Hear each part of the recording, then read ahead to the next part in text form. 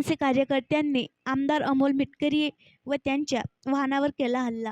Civil line police ठाण्यात गुन्हा दाखल. राष्ट्रवादीचे आमदार अमोल मिटकरी आणि त्यांच्या वाहनावर मनसे कार्यकर्त्यांनी हल्ला केल्याची धक्कादायक घटना आज दिनांक 30 जुलै रोजी घडली.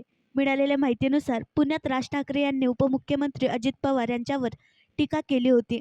त्या टीकेचं प्रत्युत्तर म्हणून राष्ट्रवादीचे आमदार अमोल मिटकरी यांनी मनसे प्रमुख राज ठाकरे यांच्या सुपारी बहादर म्हणत टिप्पणी केली होती.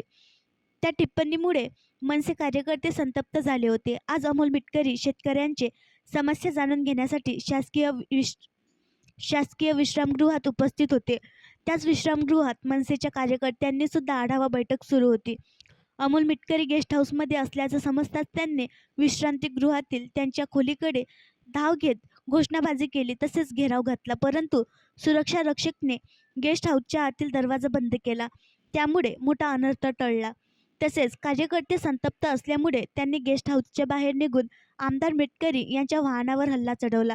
या प्रकरणाची माहिती पोलिसांना मिळताच पोलीस घटनास्थळी दाखल झाले. तसेच अमोल मिटकरी यांनी सुद्धा या हल्ल्याची तक्रार करण्यासाठी पोलीस स्टेशन गाठले. तसेच या प्रकरणी पोलिसांनी कारवाई सुरू केली आहे.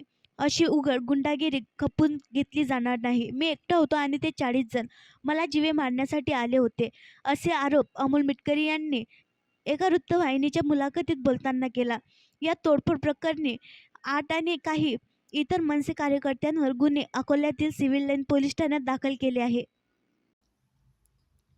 आणखी नवीन व्हिडिओ पाहण्यासाठी आमच्या देशमुख एक्सप्रेस न्यूज चॅनलला सबस्क्राईब करा, लाईक करा आणि शेअर करा.